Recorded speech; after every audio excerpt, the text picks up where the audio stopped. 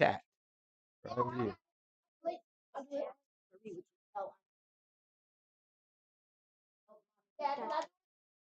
Go sit down.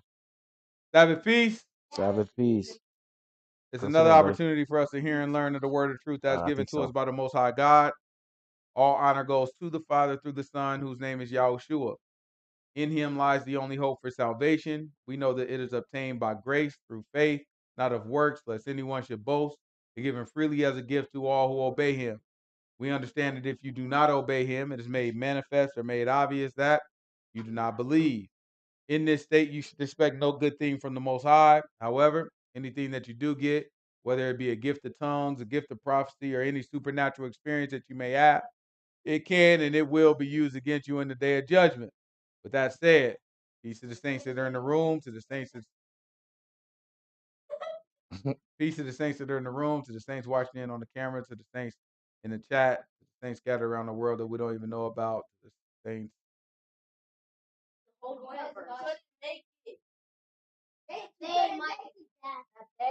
But no peace to the wicked. The only thing we say to them is repent that they might live. All right.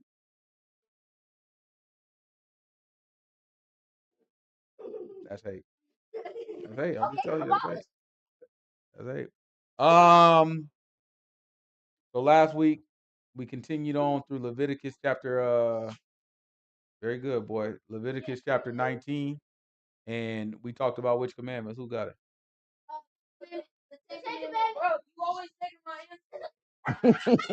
That's what the guy that doesn't have the answer says. which commandments did we talk about? Well, no, which commandments? So we did reference the 10 commandments, but which commandments did we learn about specifically? We talked about idolatry. All right, we talked about idolatry. We didn't talk about adultery, but we did talk about idolatry, right? And we did talk about peace offering. Very good. Very good. We did talk about the peace offering. We talked about idolatry. Leviticus 19. We're going to start off with Leviticus 19, chapter 11. Leviticus chapter 19, chapter 11. But first, let's Chapter get 19, verse 11. what I say. Chapter 11. Oh, now I'm gonna knock you out. This is Isaiah. Give me Isaiah chapter 28. Give me verse 9. This is Isaiah chapter 28, verse 9. Matter of fact, I don't want that. Give me Hebrews chapter 5, verse 12. This is Hebrews chapter 5, verse 12.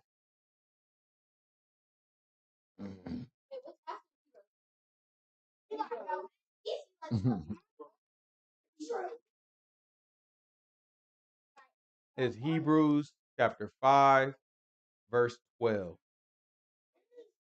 Hebrews chapter 5, verse 12.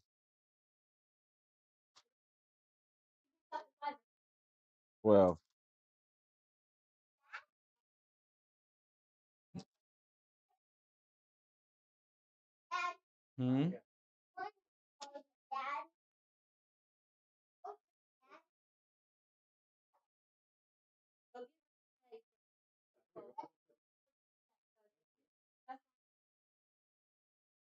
It's Hebrews chapter 5. Give me verse 12. Let's see what the book says.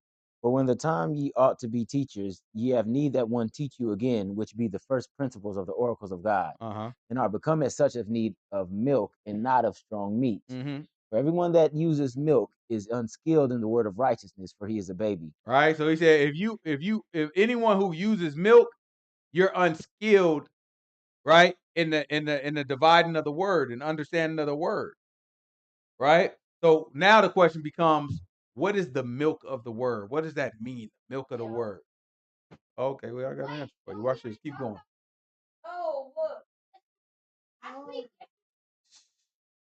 But strong meat belongs to them that are of full age, even those who by reason of use have their senses exercised to discern both good and evil. So now let me see. How do we have our senses exercised to discern both good and evil. If I want to exercise my biceps, what do I need to do?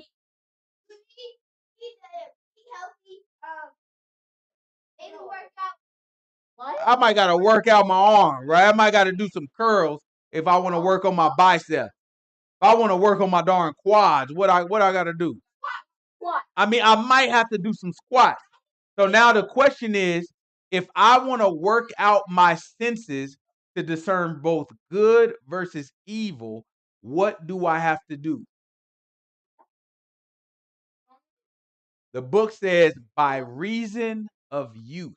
In other words, I have to use the exercise of my discernment of right versus wrong, good versus evil.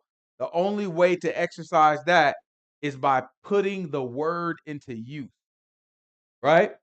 So until we begin to put the word into use, then we will be unskillful with the word. So let's keep going. Watch this. Therefore, leaving the principles of the doctrine of the Messiah, let us go on to perfection.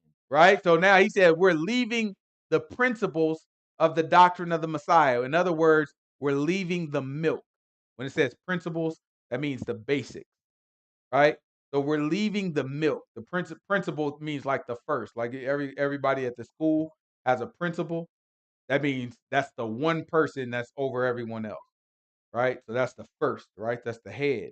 So the head or the beginning or the first of the doctrine of the Messiah is also the milk. So let's learn exactly what the milk is. Not laying again the foundation of repentance from dead works and of faith towards God. So repentance of dead works and faith towards God. That's the basics. That's milk, right? Keep going. Of the doctrine of baptisms and of laying on of hands. Right? Doctrine of baptism, right? That's milk. Laying on of hands. That's praying. That's milk. What? That's teaching people what it means to be baptized. Baptized is when you submerge somebody underwater. All right, keep going. And of resurrection of the dead. And of eternal judgment. Right? So resurrection of the dead, that's milk. Eternal judgment is milk. What I'm telling you is these are topics that every day in church, every Sunday in church, you might not ever hear about. You can go to church every Sunday for 3 years and there's some of these topics that you might not ever hear about. But Paul is calling these the basics. So the point is a lot of people have not even entered into the basics of the word. Oh, we got grab 1 Corinthians. Is it 2 Corinthians? Try 2 Corinthians chapter. Is it 2 Corinthians? Try 2 Corinthians chapter 3. Start me off at verse 1. Let's see. It's 2 Corinthians chapter 3, verse 1. If that don't work, I want 1 Corinthians chapter 3, verse 1. If that don't work, somebody gonna have to help me. You said 2 Corinthians what? 2 Corinthians chapter 3, verse 1. 2 Corinthians chapter 3, verse 1. What did it say, Zakai, at the beginning?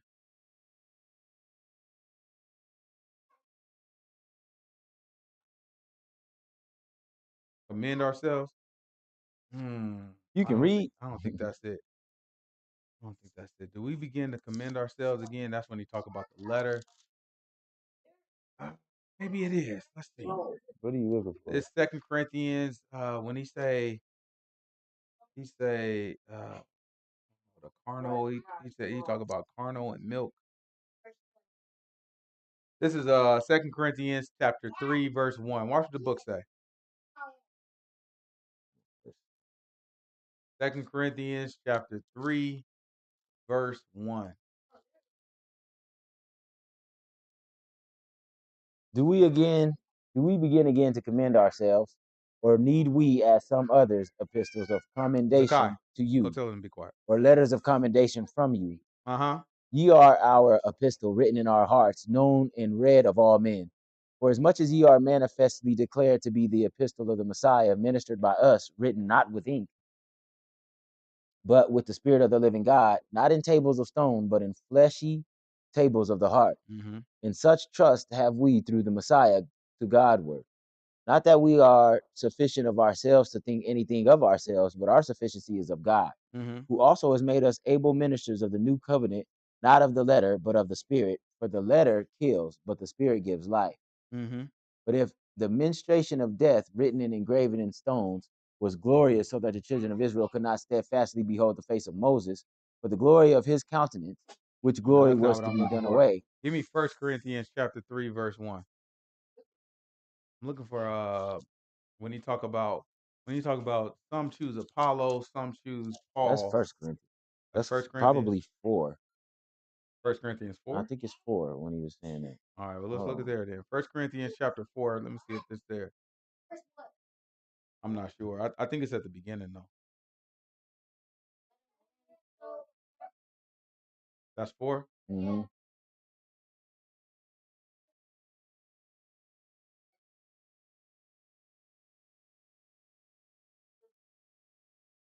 No, check 3. Maybe that's it, but Yeah, it's 3. It's 3. it's 3. Yeah, it's 1 Corinthians chapter 3, verse 1. And our brethren could not speak unto you as unto spiritual, but as unto carnal, even as unto babies in the Messiah. Right? Why would he not be able to speak unto them as spiritual? He had to speak to them as carnal. Because they didn't have their senses That means like exercised. human, regular. Flesh, like carne asada. Read it again. Watch this. He tell you why in the answer. Y'all just got to pay attention. And our brethren could not speak unto you as unto carnal, but as as unto spiritual, but as unto carnal, even unto babies in the Messiah. Right? Because they were babies in the Messiah. Right? As babies in the Messiah, what do you drink? Milk. What's the milk? Repentance from dead works, faith towards God, baptism, laying on of hands, resurrection of the dead, and eternal judgment. Right? That's the milk. So now when you have milk, that puts you in a position where you're just a baby in the word. So the point is, when you go over this stuff, when you go to churches, these things are not even talked about. But look at what he's talking about, right?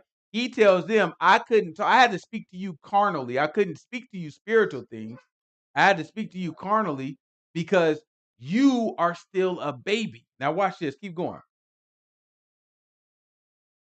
I have fed you with milk and not with meat, for hitherto ye were not able to bear it, neither ye now are able. For ye are yet carnal. For whereas there is among you envying and strife and divisions, are ye not carnal and walk as men? Right? So now if you look at a lot of these Christian churches, what do they have going on in them? We could say strife and division and all that, but that's not even what I'm talking about. I'm not talking about the strife and division in the individual church. I'm talking about one of them will call themselves Pentecostal. The other one will call themselves Baptist. And the other ones will call themselves Seventh-day Adventist. non-denominational, Hebrew Israelite. Right? They all call themselves and separate themselves by a bunch of names. How many of these names come from the book? None of them come from the book. Nowhere in the book do you see Yahuah say, come unto me, my Baptist, my Christian. You never see one promise attached to being a Pentecostal. I don't know you. I don't know. You never seen one promise attached to being a Seventh-day Adventist, a Calvinist. All these things that these people come up with, you don't see anything attached to it in the book. So now what you've done is you've created separation. And the reason why you do that is because you're carnal. You don't realize it. You think you're doing something spiritual. But because you haven't been taught anything, you haven't even been taught the milk properly. Right? Because you haven't been taught the milk properly, then you haven't gotten to a place where you can even put the word into use. And because you haven't gotten to a place where you can put the word into use, now your senses are not exercised to know right from wrong. And if your senses are not exercised to know right from wrong, then when somebody tells you this is what you should believe, guess what you're going to do? Accept whatever they tell you, because you can't tell whether it's right or it's wrong. Give me John chapter 7, verse 14. This is John chapter 7, verse 14. Y'all don't understand how important it is not just to hear the word, right? We don't have to get it, but James told us that. Don't just be hearers of the word, be also doers. Otherwise, what'll happen? You forget. If you hear only, you will forget, because you're not putting it into use. Therefore, your senses are not exercised. Therefore, you don't know how to discern right from wrong, good versus evil. So all this stuff is fed into you. You don't know what's what, and you'll go for anything. It's not like this stuff is not even that deep, right? All you got to do is learn the book and put it into use. A lot of people you asking the question like, well, how do you know that what the way y'all teach it is the right way? Everybody teach a different way. Every church you go to, they teach the Bible different. How do you know that your particular way of teaching it is right? How can you just be so sure? All you gotta do is stop and be like, you know what? Go to John chapter 7, verse 14. Let's see if the book. Let me see. Let me let the book answer the book for you. It's John chapter 7, verse 14. Now about the midst of the feast, Yahuah went up into the temple and taught. Mm-hmm. And the Jews marveled, saying, how knoweth this man letters, having never learned? How in the world do he know the book, but nobody has ever taught him? He's never gone to seminary school. He don't have a doctorate degree. How in the world does this man know the book, having never learned it? Nobody. What credentials does he have? I don't see a certificate. I don't see nothing. They looking at Yahuah like, bro, you've never come up in any of our schools. You've never learned at the feet of any of our teachers. How does he know the book this way? How does he have the confidence to just stand up there and just start teaching it? Nobody's ever taught him. Watch what Yahuah say.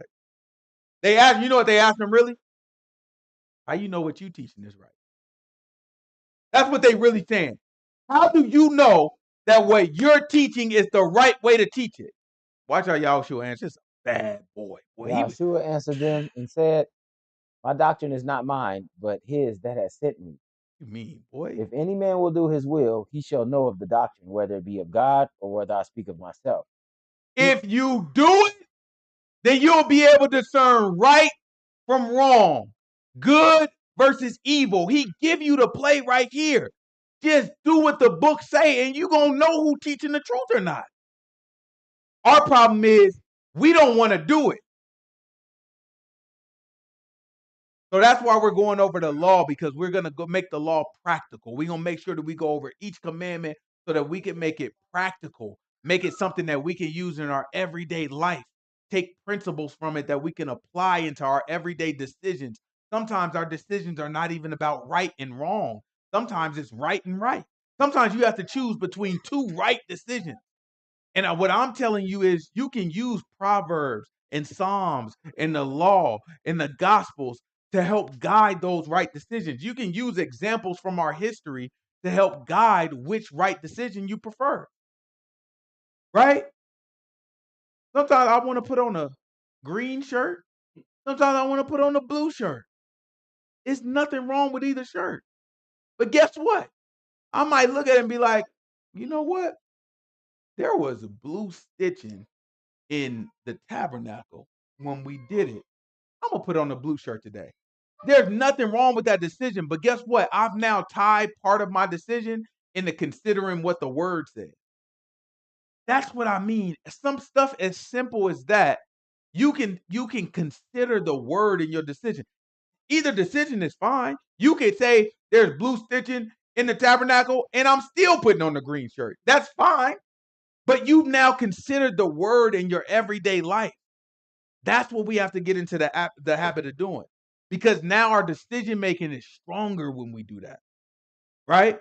Doesn't mean that we always will always make. It doesn't mean that our decisions won't ever lead to harm for us or won't lead to something that outcome that it'll always. You might wear the blue shirt and somebody say that shirt is ugly. Oh, well, now you've considered the scripture in your everyday life. That is what's going to build your reason of use. That is what's going to take you and help you understand the milk. That's what's going to take you and move you to strong meat. That is what's going to take you to the point where you know for sure, beyond a shadow of a doubt, what doctrine, what teaching is correct. Instead of sitting here searching on darn YouTube and looking for somebody who say something that make you feel good. Looking for somebody who say, maybe what the brother is saying is right, but the brother, I just don't like all the extra stuff that the brother. I don't care about what you like. We're teaching the word correctly. That's what we have to get to. Who is teaching the word correctly? The rest of the stuff is style. Hard to find. Y'all not gonna find a whole bunch of people teaching this word correctly. It's just not the time for it. It's a time of darkness right now. It's a time of famine when it comes to the word. Right? Most High God has removed our teachers far from us. That's why the average of y'all that's watching online, that's why y'all so far away. I ain't checked the thing, so in a while, but it used to be most of our people was in darn Texas and a couple in Georgia. We got a couple people overseas. Right? It's like that's why everybody's so far away. They can't get to us. Sister Pam, maybe Sister Brianna, they might plan a trip out here next year, y'all willing. You know what I'm saying? For the Passover. It's like it ain't easy to get to the prices of everything nowadays. I want to go to Dallas all the time. I be looking at them prices like, yeah, but you know what I'm saying? We'll wait. You know what I'm saying? Maybe, maybe we'll wait. But that's what happened. Right? This is how the Most High God set it up. The only thing that we can do in this time is we take what the Most High God give us and we put it into use. Sometimes it's like, well, how do I know that what I understand is correct? Just do what you're reading. Worry about being correct later. Just read it and say, I think this is what it says, so this is what I'm going to do. And be open to correction according to the book. Most High God ain't going to leave you out there hanging. I'm telling you that, right? It's not because I made it up. I'm telling you because that's what the book says and I believe it. Let's do it. It's Leviticus. It's Leviticus chapter 19, verse 11. It's Leviticus chapter 19, verse 11.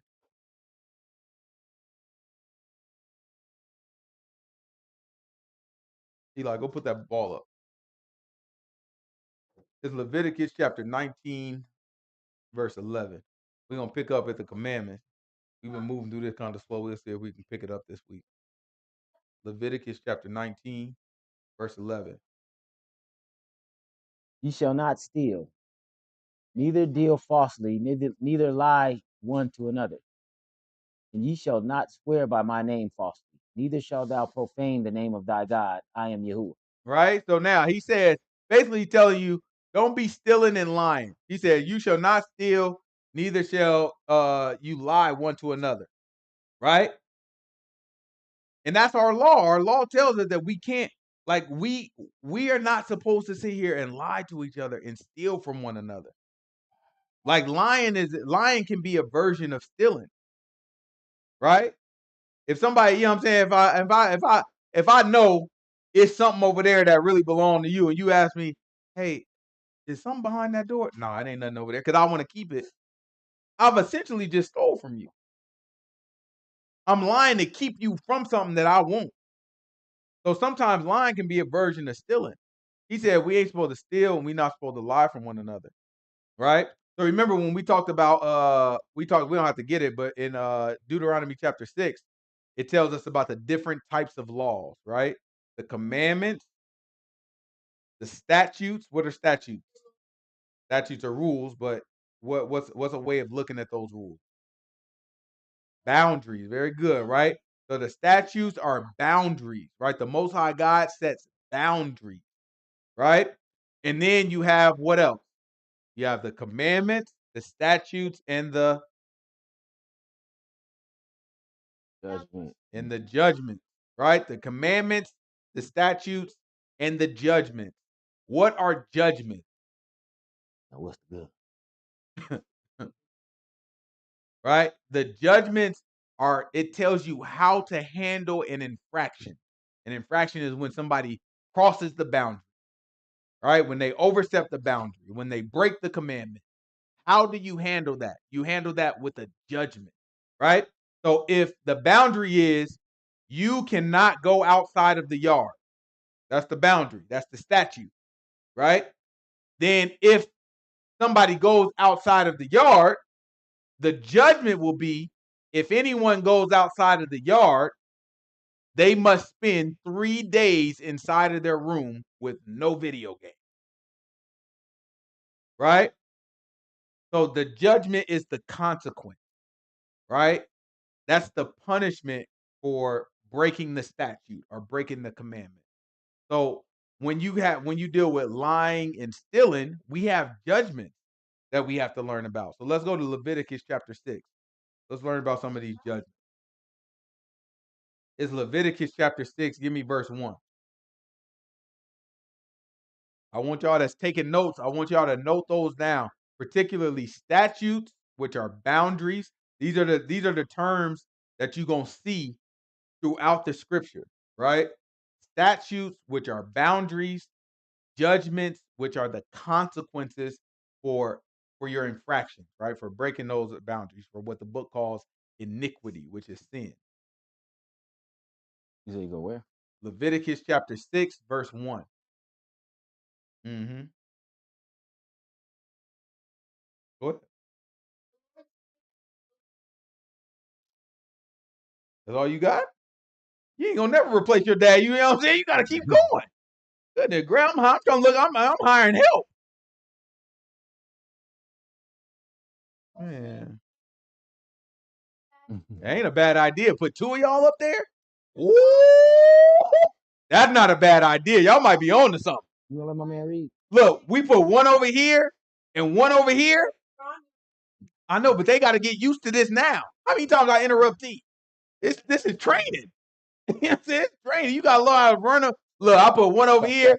Oh, that's a bad. I'm be like, hey, grab this. You know what I'm saying? Go get this, and then you go get this. Ooh, my brain, because I can empty it out of my brain and like just put it somewhere. I like that. I like y'all might be on to something.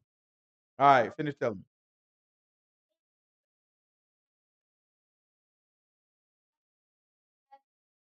That's good. That's good. Now let's let Brother T read. Let's see.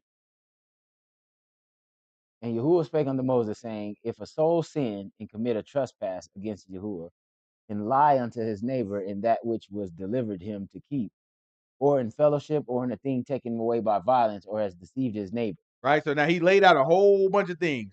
If there was something that was taken either by violence or he lied to him to get it, or what was the other ones? Or has deceived his neighbor. He deceived his neighbor. What else? Or delivered him to keep, or in fellowship. Right? So, or he delivered him to keep it. So in other words, I have something and I say, oh yeah, hold on to this for me. Right? And I take it, but I don't give it back. That's what this is describing. If I see Daniel with something and I tell him, I'm gonna knock you out, give me that, right? And I flinch at him and now I take it. Now I've taken it by violence. That's what this is talking about. Daniel looked at me like, boy, no, that would never. You know what I'm saying? Daniel leaned over and looked at me. That one, you ain't gotta worry about that. You know what I'm saying? Daniel said, you ain't gotta worry about that. Keep going. Watch this. Or have found that which was lost, and lieth concerning it, and swears falsely in any of all these that a man does, sinning therein. Right? He said, you lie about, no, I don't. Oh, you know what? I don't know where your bike was. I remember I used to get like a bike every other year. They always be stolen. Always get stolen. You know what I'm saying? My dad will buy it. Mom will whoop me over it. And then I'll be looking like exaggerating. Come on. Stay on. See, no, yeah, I don't like that though. I don't like that. My mama used to whoop our butts no matter what she say. You know what I'm saying? No matter what she say, she be trying to, but we get a whooping over it. But my bike would always get stolen. But it was my fault because I leave it outside. And then my friends they'd tell me, they'd be like, oh, but I believe some of them knew what happened. You know what I mean? Somebody knew. That's what happened. That would. Keep going. Then it shall be, because he has sinned and is guilty, that he shall restore that which he took violently away, or the thing which he has deceitfully gotten, or that which was delivered him to keep, or the lost thing which he found. All right. So now, if then I get caught stealing a bike, what I have to do is I have to restore what I took. Right? So now this becomes a judgment. The first part of this judgment is to restore whatever you took. If I took a bike, I give it back. Right? Ain't that what I teach y'all? What do I teach y'all? If you do something messed up, what happens? Sure. For sure. Right? What's the term I use? Make it good. Make it right. You got to make it right. Right? So to make it right, there's different ways to do it. Right? If I spill something, how do I make it right? Clean it up. If I steal something, how do I make it right? I replace it back. You lucky I love you. I use you right now, but I ain't about to use you right now. I'm gonna let you. I'm gonna let you. You know what I'm saying? Right? Use that. Right? But that's what happened. If you take something, now we got to replace it. Right? But it's not simply I steal a bike, I get a bike back. All right, we good. It ain't that simple. Keep reading. Or all that about which he has sworn falsely, he shall even restore it in the principal, and shall add the fifth part more thereunto, and give it unto him to whom it appertaineth in the day of his trespass offering. Right? So now the first thing you have to do is you restore it in the principal. Right? What does that mean to restore something in the principal? Give back what you took. You give it back by itself. Very good. Right? So whatever you took, you give that back. Then the next thing we got to do is what? Add a fifth part. We got to add a fifth part to it. So now if you look at a bike, and a bike costs $100, right? Now we got to add a fifth of that value of the bike to what the bike. So I give the bike back, that's worth $100. But now I have to add 1/5 of $100. Who's good at math? 1/5 of $100. 20. I have to add $20. So now, what if I stole a bike and I don't know where the bike is anymore? $100 is the principal, right? So now I have to say the value of that bike is $100, and 1/5 additional is $20. $120 is what you get. If I still have the bike, I hand the bike to them, and then I say, "Here's $20 for what I took." Right? Oh, that is how it works. That is the judgment for someone who steals. After. This is something we can use in our everyday life. Huh? We get to that one too. This is what you use in your everyday life. Right? In your everyday life, if you find yourself, and you know what, I lied about that, and I took that from them, and I didn't return this. Don't wait for somebody to tell you that you caught, or tell you that you wrong, or no, you know you wrong. You've been convicted by the Spirit of the Most High God. That is not a small thing. You take it and you say, I'm gonna restore it back to you, and here's the fifth. I hope that made it right. And they still might want to press charges on your stealing butt, right? But they might have pressed charges on you anyway. At least you tried to make it right. Right? That's important for us. We cannot steal. And when we do steal, if we do steal, we have to make it right. And don't wait till you get caught. Right? Do the right thing and train yourself. Is one thing that you'll know. When you hide your sin, what you're telling yourself is, you have no intention to stop it. Don't let yourself lie. Don't lie to yourself. When you hide your sin, you don't have intentions on stopping. You be like, oh, this is the last time I do that. I'm just going to do it, but this, that, another. If it is hidden, you want to keep doing it no matter what your brain tells you. It's lying to you. The way you teach yourself away from sin, expose it. One of the sins that was the hardest for us was cussing. You know what I'm saying? That thing, it just come off your tongue too quick. You know what I'm saying? You ain't even think cussing. You know what I'm saying? It just come off. I mean, you just so used to saying these filler word. Every other word is a cuss word, just bad. And it becomes a part of your natural language. You do it without even thinking about it. So what we had to do around our boys is if we slip, all our boys cuss, right? If we slipped up, we trying to change our life. We had to hold ourselves accountable right there in front of everybody. If we slipped up, it's like, nope, my bad, I shouldn't have said that. Now they looking at us like, what's the big deal with cussing? They don't care. You know what I'm saying? But it's not about them. I want to expose my sin to all y'all because I have no intentions on continuing to do this. And by doing that, it trained us to say, no, I don't want to feel the shame of having to keep say that. I don't want to keep explaining why I'm saying that when I know y'all don't care. And eventually your brain says, you know what? No, I catch it before it comes out. And now it's to the point where it don't even come to mind. You know what I'm saying? It don't, like we've been talking without cussing for so long, it don't even come to mind. Right? But that's reason of youth, right? That's because I'm consciously thinking of the book in my everyday life. And then it gets easier over time. Right? But it all comes with practice. Keep going. And he shall bring his trespass offering unto Yahuah, a ram without blemish out of the flock, with thy estimation. That's good. Grab Exodus chapter 22. Give me verse 1. This Exodus chapter 22, verse 1. Right? I only want to look at the judgments because there's different versions of stealing, or different, I shouldn't say different versions. There's different judgments related to stealing for different things. So when it comes to the law, you have to understand that. There's some stuff when you steal, you have to return the principal and the fifth part, and then you go do your sin offering. Right? But then there's other things that's a little different. Watch how costly it is to steal an animal.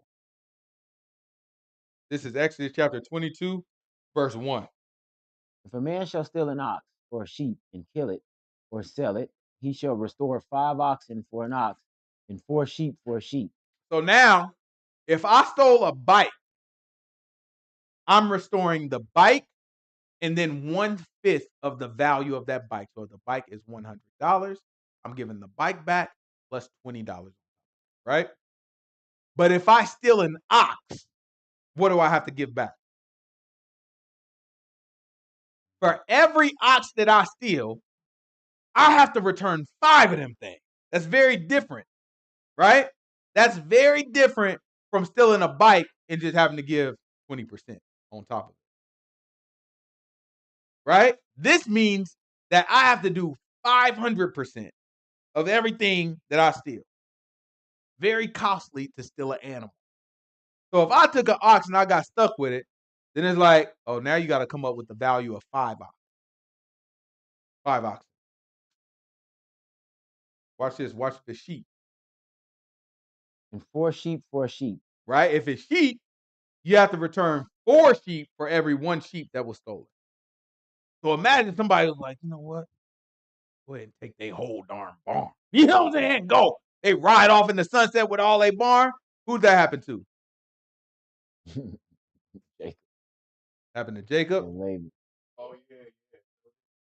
Laban, that's not who I'm thinking of. Jacob took his own stuff. O.J. Simpson.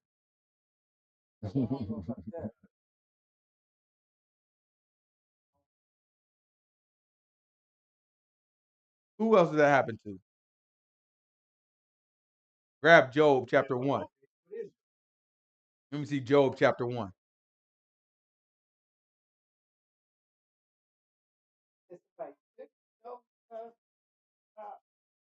Didn't they take him? They killed him? Let's see. I can't remember. I thought they took him. It's a bad example.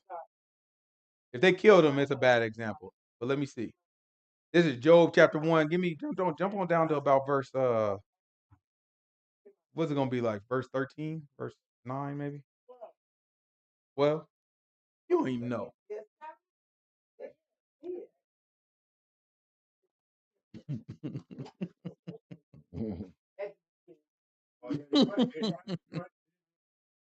It's 12? 13? That's a bad boy. I said 13, didn't I? That's a bad boy. This is Job chapter 1, verse 13. Watch the book say. And there was a day when his sons and daughters were eating and drinking wine in their eldest brother's house.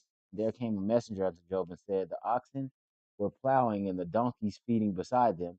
The Sabians fell upon them and took them away. Yea, they have slain the servants with the edge of the sword, and I am only escaped to tell thee. Right? So he killed the people and stole all that man oxen and what else? Oxen and what? And the donkeys. He stole all that man oxen and his donkeys. Right? And they rolled off. So had our law been set up at this time, under our law, they would have had to, because it tell us how many oxen was there. What did it say? How many oxen was it? I'm gonna need you to do some math. The oxen were plowing and the donkeys feeding beside them. It don't say how much. Somewhere say how much. Go find where it say how much the oxen is, somebody. It ain't 5. It's more than 5. It's somewhere say how much, because I remember putting it on the thing. It was yeah, maybe it's at the end of Job if it's not right after the oxen. Yeah, but it ain't the end of the book, is it? It's at the beginning of the book. Yeah, it's probably gonna be at the end of chapter 1, or it's going to say how be. much. Okay, that's it. I thought it said how much, but so yeah, let's say, you know what I'm saying. Let's say they took 300 oxen times 5. What they got to return? 300 times 5. 15 what? 1,500. Right? They got to do 1,500. Right? 1,500 they got to return. So it's important for us to know that, because now this is something practical that we can use in our everyday life. We can think of the usage of an ox, which would be for what? Plowing your work, right? Work, a way for you to get work done. What else? Eating, right? You can eat an ox, a lot of food, right? What else? Huh? You can tame it, but yeah, you tame it to do those things, right? So an ox is it's almost like a semi-permanent fixture of your livelihood. Like it's something that makes money for it. It's your business, right? So if somebody steals something that's vital to your business, or if you steal something that's vital to someone's business, then have it in your mind, I need to restore either 5 times what I took, or I need to restore 4 times of what I took, right? Because that's what I would do if it were an oxen, which is very vital to the business, or a sheep, which is very vital to our business, our livelihood. Okay? Let's look at Leviticus 19. Let's go back. So now we know lying, stealing. We understand not only is that something that I think we already knew that we shouldn't be doing that, right? But now we understand the judgments behind it, right? Now we understand how do we make it right after those situations. So hold yourself accountable. Don't wait for somebody to hold you accountable. Hold yourself accountable. I know I messed up. I know that was a lie. I know I stole something. I know I benefited from something I shouldn't based off of a lie. Let me restore. And when I restore, I either do it in the principle and I add 20% to it, or if it's something vital to someone's business, right? Let's say I stole their car, right? or the car that they drive to work, right? Or I stole, you know what I'm saying, whatever. I need to give them the value of 5 of those cars, right? If we held each other accountable to this stuff, guess what wouldn't be happening? Ain't nobody gonna be stealing. Who can afford 5 cars today? And if you could, guess what you wouldn't be doing? You ain't stealing one. So guess what would happen in our ancient, you know what I'm saying, with our ancestors if they stole something and they couldn't afford it.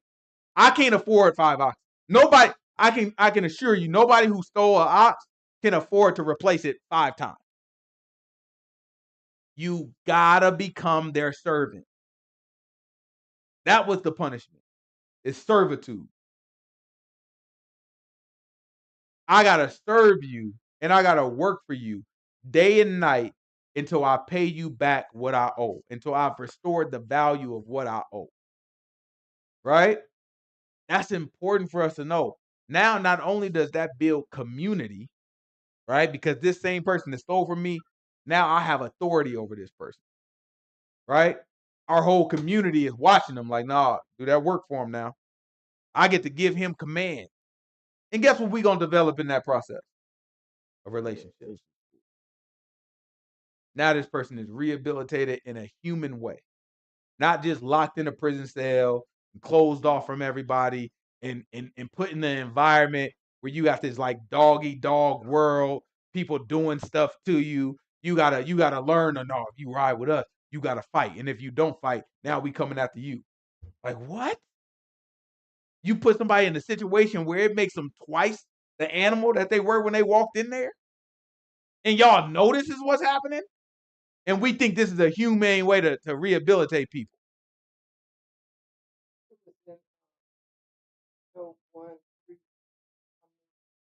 How many was it for the auction?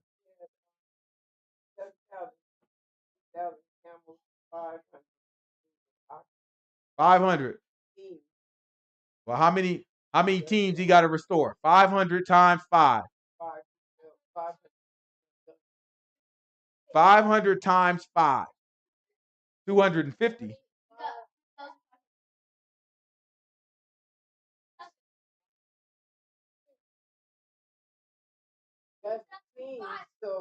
Yeah, we don't know how many is in a team, but he got to restore 500, 200, 2,500 teams of oxen. Good job, boy. This is Leviticus chapter. Where we leave off? Leviticus chapter 19, verse what? We are on verse. Are we on 13?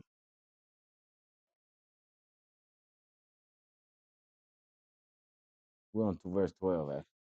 This is Leviticus chapter 19, verse 12. What does the book say?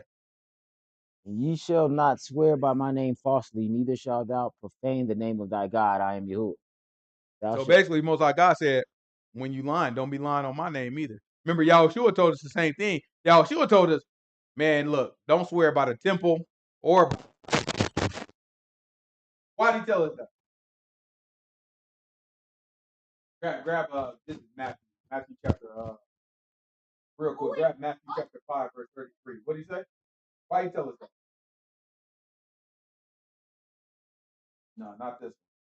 He is, that's not it. This is Matthew chapter 5, verse 33, real quick. Let's see why he told us. He lied. I told you, go ahead, grab it. You know what I'm saying? You had it. You already had it cocked back ready. You know what I'm saying? Dang.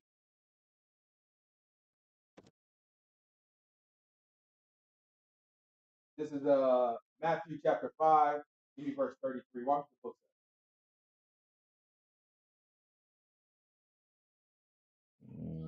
Again, ye have heard that it has been said by them of old time, thou shalt not forswear thyself, but shalt perform unto Yahuah thine oath.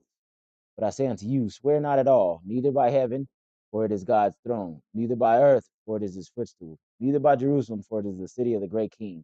Neither shalt thou swear by thy head, because you cannot make one hair or white or black. But let your communication be yes, yes, or no, no. For whatsoever is more than these comes of evil. Right? So he's telling you, the law is telling us, don't swear falsely by Yahuah. When it's saying that, do you know what it means? Don't be lying on God. It's very specific. But it's definitely because He's the Most High, but it's very specific what it's talking about. When we say something like,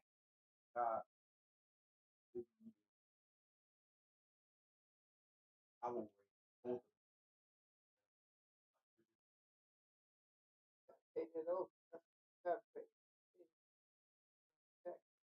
Simply that is a vow that you made to God. You've now sworn by God. So guess what happened when your kid, when you get that job?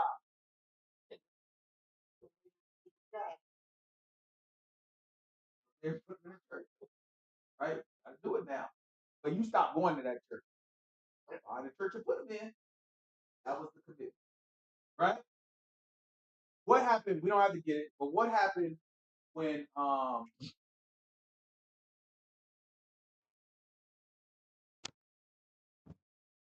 what's the Hannah. Hannah? What happened when Hannah? She was praying. Wait, that might be Samson's mom.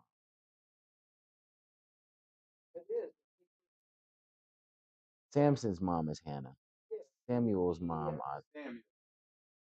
So Samuel's mother, she wanted a kid. She was barren. Her husband loved her, right? But he also had another wife, and his other wife popping them kids out. She's popping them kids out, but she can't have babies. So she's sitting there feeling bad about herself because the value of a woman, especially in ancient times, was measured through childbirth, right? So she's looking like, I can't further your generation. It's Hannah. Oh, it's Hannah. Hannah's looking like, I can't hand that down. I'm gonna be a forgotten wife because you won't have any kids by me. Nothing will be passed down for your lineage through me. So she cried out to the Most High and asked the Most High, just give me a kid. That if you give me a kid, I will dedicate it. Guess what the Most High God did? Now you pray. Guess what she had? She was like, okay, well, just let me breastfeed for a little while. You know what I'm saying? Just let me hold on to it for a little while. You have to make good on it. If you did not, that would have been right. So now the advice that y'all doing, he's saying, why put yourself in that position? Just say you're gonna do something or you're not. Don't tag God on it. Don't put a vow on it, right? Because he's saying everything else, evil is gonna come from. Yeah.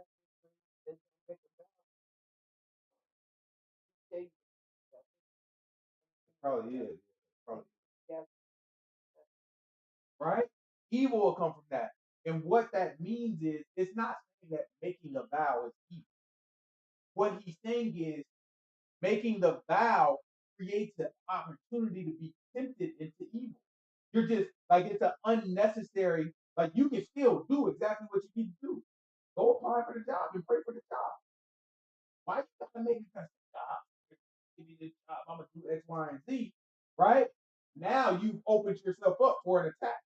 To where after it happens, you're gonna be like, or I forgot I said that, or I was thinking this, or I didn't really mean it that way. Okay, well now you. He basically saying, man, why put yourself in that? Right? It's not necessary. Why put yourself in that? We don't have to get James, right? James gives us a pretty much. Let's go back to Leviticus. It's Leviticus chapter 19, verse 12. Leviticus chapter 19, verse 12. And ye shall not swear by my name falsely, neither shall you profane the name of thy God. I am Yahuah. Thou shalt not defraud thy neighbor, neither rob him. The wages of him that is hired shall not abide with thee all night until the morning. All right? He said, don't defraud your neighbor, nor rob him. This kind of back to killing, but now this is talking about something different, right? Basically, he's saying, "Hey, this work for me, right? All right, well, why don't you knock off the work? And I'll pay you. I'll pay you when you're done. After you do it, I'll pay you. And then you done it. We agreed on the time. And then you do it. You like, oh no, well, let me get back to you tomorrow. I agreed to pay you as soon as you were done. You finish it. You wait for your payment, and I'm like, no, no, no. No, don't worry. But you got Zelle, right? Okay, no, don't worry about it.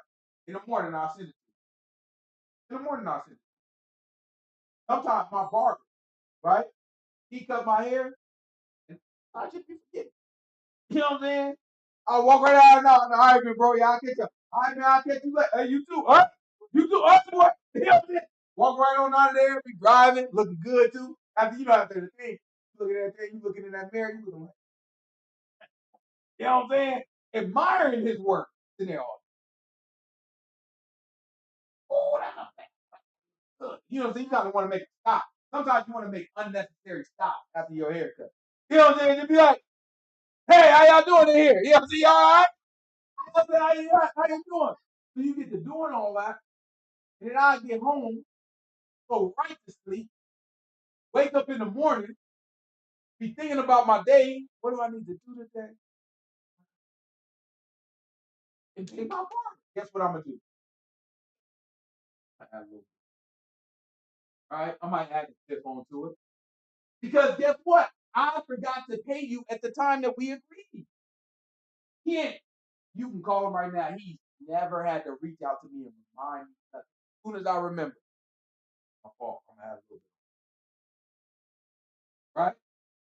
Because that's appropriate. All right, Bill. You know what I'm saying? Don't give me all right, Bill. So now, guess what that teach me?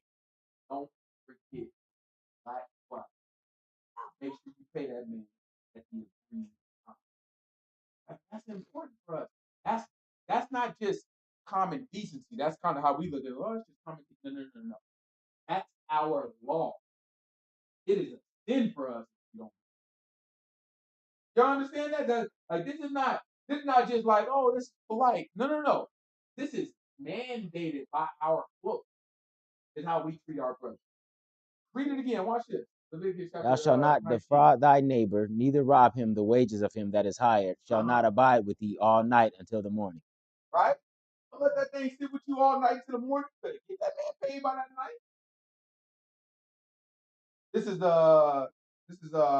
grab Deuteronomy chapter 24.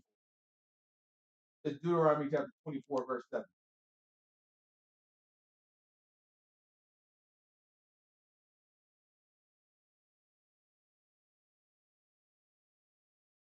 Testing. You say you only hear me from brother.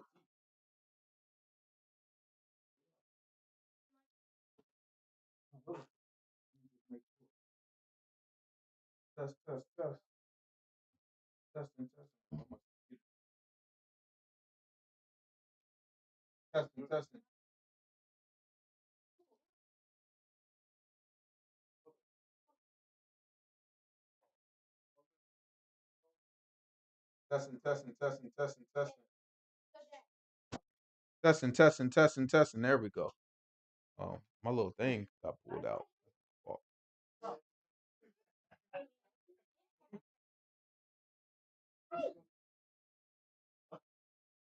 This is what verse? Verse 7. This is Deuteronomy chapter 24, verse 7. Watch what the book say. If a man be found stealing any of his brethren of the children of Israel and make merchandise of him, or sells him, then that thief shall die. You shall put away the evil from among you. Take heed to the plague of leprosy, that you observe diligently and do according to all that the priests, the Levites, shall teach you, as I commanded them, so shall you observe to do. Remember what Yahuah thy God did unto Miriam by the way after you were come forth out of Egypt. When you dost lend thy brother anything, thou shalt not go into his house to fetch his pledge. So look, he said, if you lend anything to thy brother, right? He said, do what now? This is our law. This is important because y'all need to understand the principles of our law. This teaches us how to love. When Yahushua say, love your neighbor as yourself. These are the details behind that. Right? If you love your neighbor as yourself, guess what you're not going to do?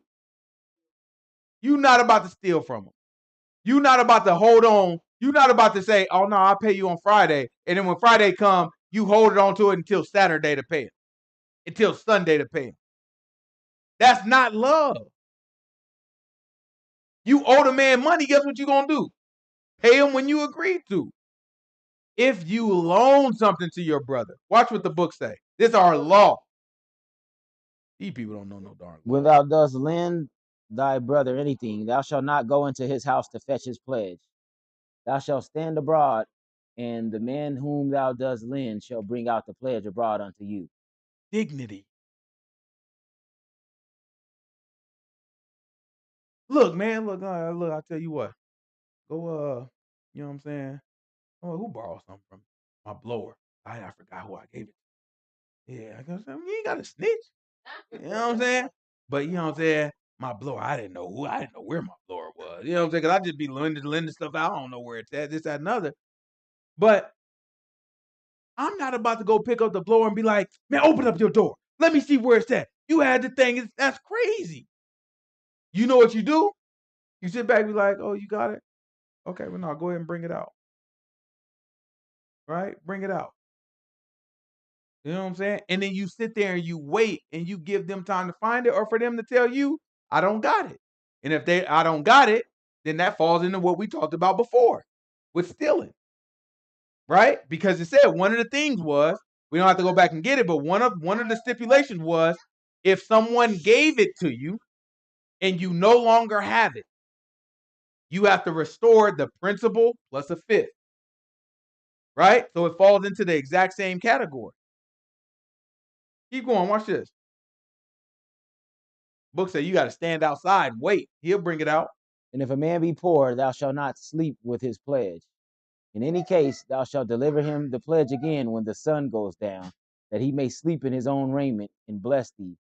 And it shall be righteous unto thee before Yahuah thy God. And if it's a poor person that gives you a pledge, so y'all know what a pledge is, right? Okay, so when you have so think of it as like collateral, right? All right. Well, let's say you want to borrow something, right? So I tell you, I give you $100, Zahar, but you have to pay me back, right? And you looking like, yeah, I'll pay you back, but I'm like, $100 is a lot of money. I can't lose that. I tell you what you got that's worth $100? He was like, well, I have a PlayStation. I'm like, okay, I'll tell you what. Give me the PlayStation. I'll give you the $100. And when you pay me back the $100, I'll give you back the PlayStation. Right? So it's like y'all ever heard of a pawn shop? It's like a pawn shop. That's called a pledge. That's a pledge, right? So what this is telling us is if you take a pledge from somebody who's poor, in other words, if Zahar is poor and he give me his PlayStation and he love his PlayStation with his broke butt, right? I give him $100 and then he pay me back the $100. I can't sit on his PlayStation, be like, nah, I get it too. Don't even worry about it. The book say if he poor, you get it back to him immediately. Do not let the sun go down on that. Right? You get it back to him because the man is poor. Hard broke. What are you gonna do without a darn PlayStation? Right? So I get him back his PlayStation. Then the book tell me that'd be righteousness for me. Right? This is the law. This is our law. These people ain't teaching us law. This is the law. When people be talking about the law, people be so afraid of it. Like, oh, the law. Oh, it was so hard back in the. No, it teaches us how to properly love just because we wicked today. We just ain't nobody taught us how to be righteous. It ain't nothing wrong with this stuff. This stuff is good. It's not even that deep. It just teach you human decency, how to treat one another, how to be accountable to the Most High God and to your brothers. Keep going. No, keep going. Jump back over into where we at? Leviticus 19, verse what? 13?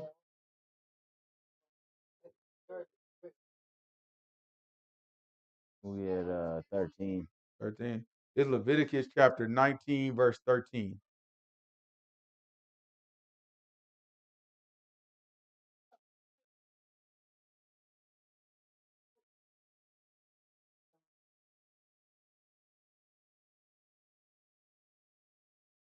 It's Leviticus chapter 19, verse 13. Thou shalt not defraud thy neighbor, neither rob him. The wages of him that is hired shall not abide with thee all night till the morning. Thou shalt not curse the deaf, nor put a stumbling block before the blind, but shall fear thy God. I am Yahuah. Let's talk about that one. Thou shalt not, we have to make this, right? Let's make it practical. Thou shalt not curse the deaf, nor put a stumbling block before the blind. So let's talk about it. Cursing the deaf. What does that mean? What is cursing the deaf?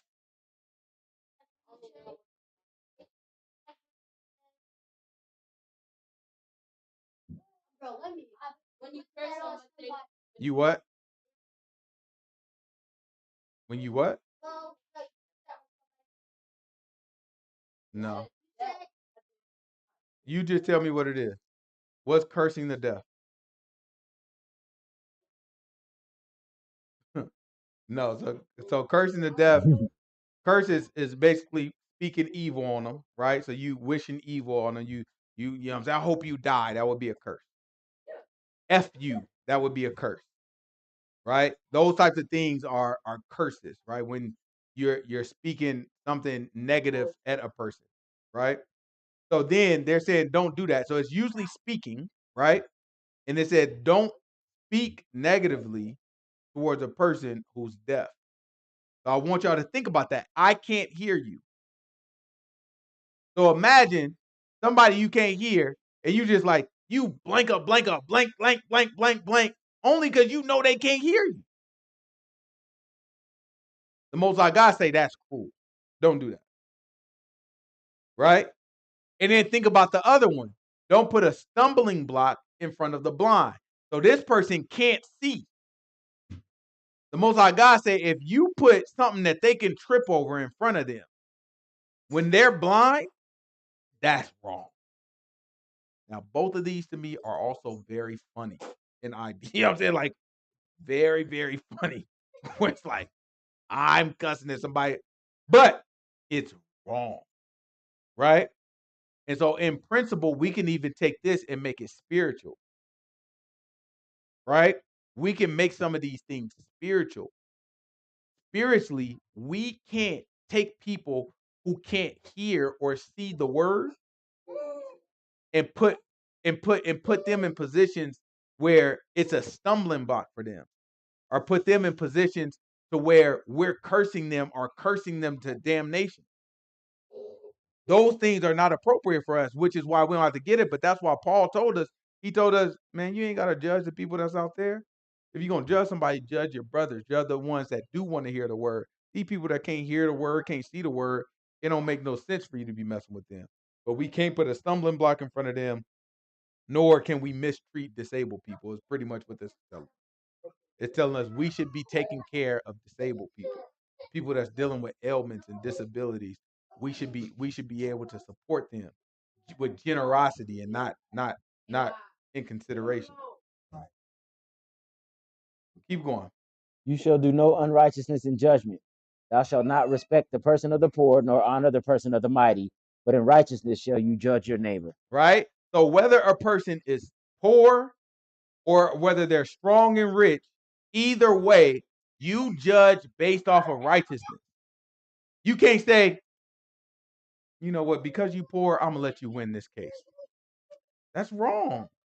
And you can't say, you know what, because you got a lot of power and you rich and powerful, and I want your favor, I'm gonna let you win this case. That's wrong. So what you have to make your judgment based off of it is always gonna be the word and what's righteous.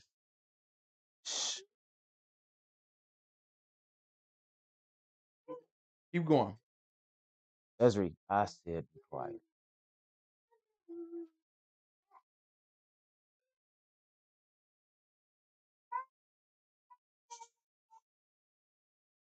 Thou shalt not go up and down as a talebearer among thy people, neither shalt thou stand against the blood of thy neighbor. I am Yahuah.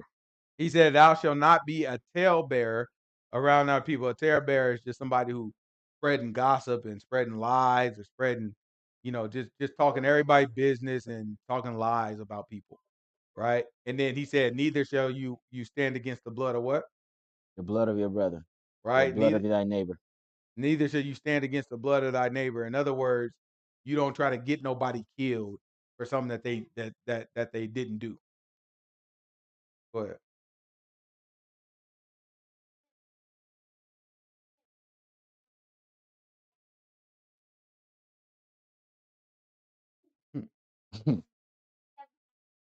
All right, well, you keep thinking about that.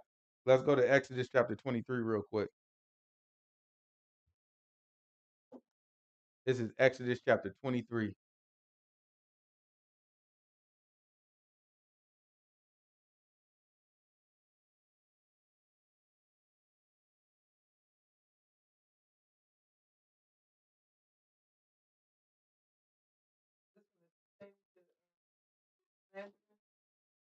Mm-hmm. Yeah, slander in the sense that I'm trying to put something bad on this person's name, right? Slander falls into a form of judgment. What'd you say? Go ahead.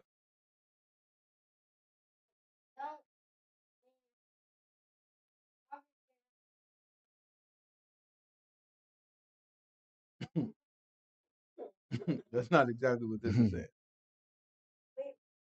But no, it's definitely saying don't lie on your neighbor, or don't get to talking your neighbor's business that you don't like. If somebody told you, I heard he stole, but you don't have no evidence that this person stole, it ain't none of your darn business. You can't be walking around and be like, he stole. No, he was over there stealing from so and so. You don't know. You wasn't a witness to this. You ain't got nothing to do with this. You just following gossip and spreading lies about somebody. That, like my mom said, that's slander, right?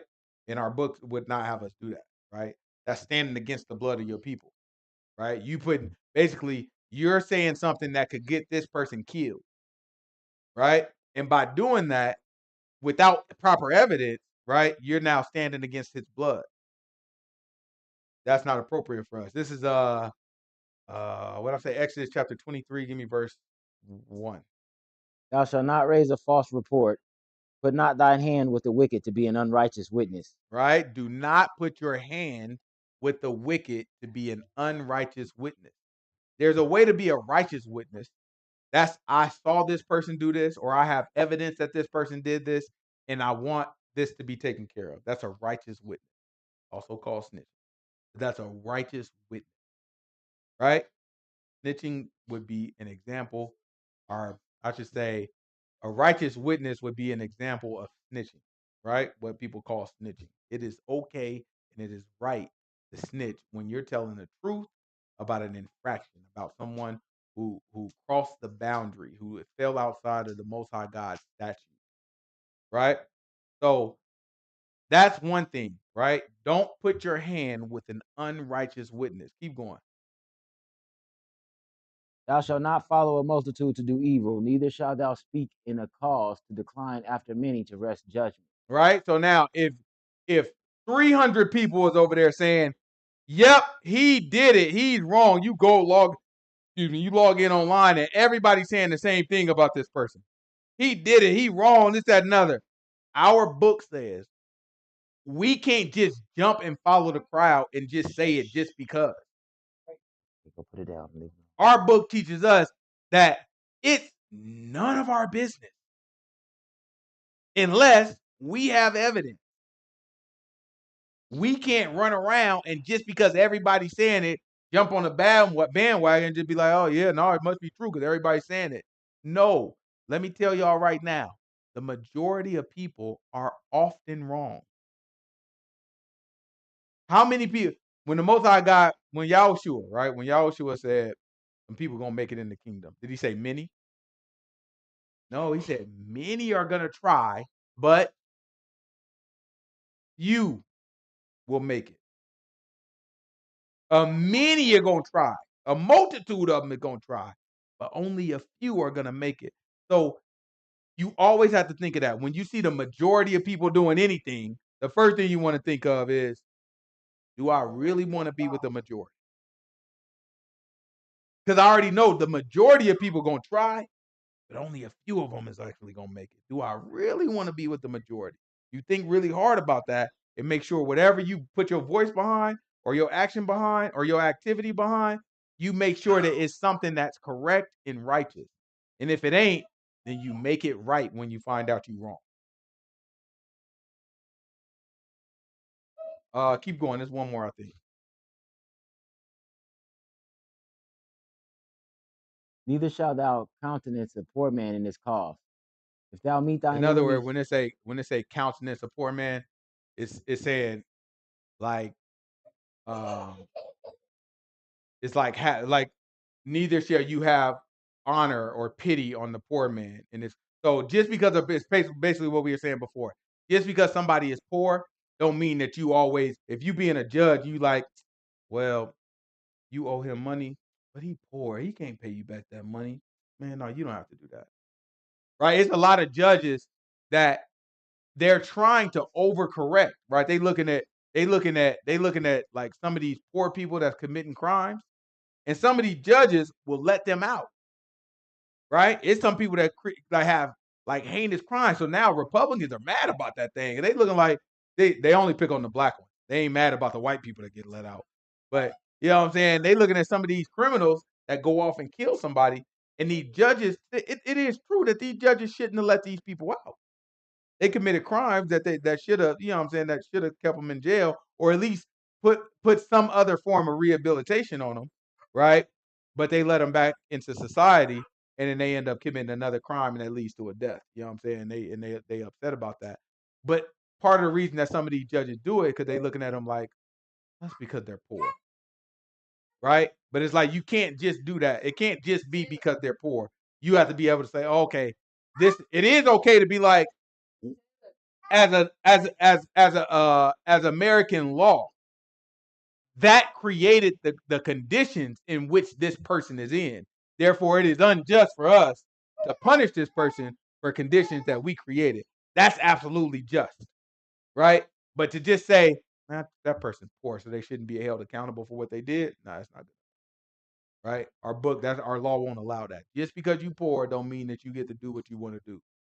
Right? And just because you strong and mighty and powerful don't mean that you get to do what you want to do. We got to call it right down the middle. Right? That's our job to call it right down the middle. Right? Let's go ahead and end there. Any questions? Any questions about the laws that we covered today? Right? What did we cover? We covered stealing, right? Don't swear by the Most High God, lying, spreading rumors, and being a talebearer, standing against the blood of your people. What else? Did we cover any others? Huh? All right. This is what the law, when people get to telling you about the Torah or the Torah, right? This is what they're talking about. This is the law. Now, a lot of people that's talking about it don't know what they're talking about. They don't know, right? So I want y'all to know when people talk, I want y'all to understand it. I want y'all to understand the details. I don't want us to just gloss over this stuff. I want you to understand it. And most of all, I want y'all to take this stuff and make it useful. Think about it. Like each time we only cover a handful of these each week. Meditate on these and think about them and think about how can I use this in my life this week? Start putting this stuff into practice. Start thinking about it. I'm telling you, it is going to make you wise. It is going to make you think in ways that you've never thought. It is going to put more strength and more stability behind your decision making. Right? It's going to open up new things for you, I assure you. It can't help to because the law is righteous. Any questions? All right, let's pray out.